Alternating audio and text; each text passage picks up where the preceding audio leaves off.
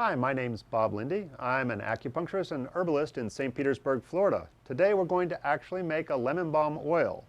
The techniques that we use for this, we can actually use with any fresh herb to make an oil. That oil has a number of different functions. We can do, with the lemon balm oil, we can use it topically for any kind of a herpes outbreak. It's excellent for that. We can actually also make that into a salve, which is a whole nother operation. And that will also be useful both as a muscle rub as well as for herpes. But if we use another herb, whatever its functions are, we can do the same things with that using it topically.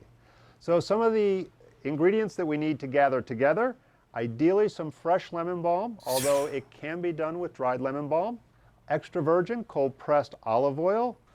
You can ideally use a blender. It can also be done in a mortar and pestle. It doesn't really matter, but the mortar and pestle is an awful lot of work. I personally like to use a potato ricer in order to press the oil out after we're done.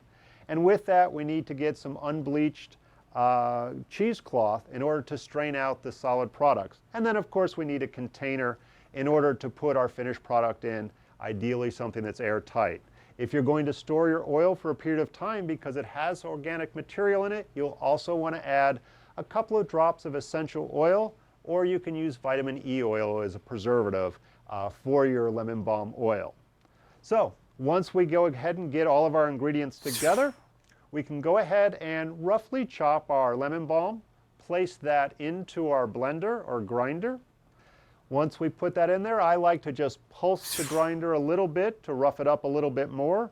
Then we can add in, depending on how much lemon balm, we usually look at about a cup to a full handful of lemon balm. We can go ahead and add the oil into it, blend it all together, and then what I like to do is then drain that off and set it aside in the bowl.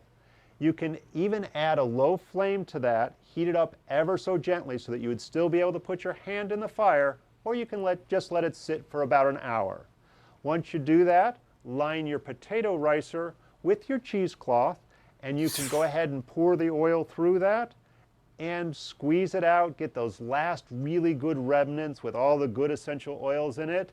And then if you need to preserve it for longer, add your preservative to that and store it in a cool, dark place. And it will usually last for a month, sometimes even longer. Or you can go ahead and take that lemon balm oil and turn that into a salve at a later date if you so desire. So let's go ahead and get started with that to make our lemon balm oil so that we can use it topically to enjoy.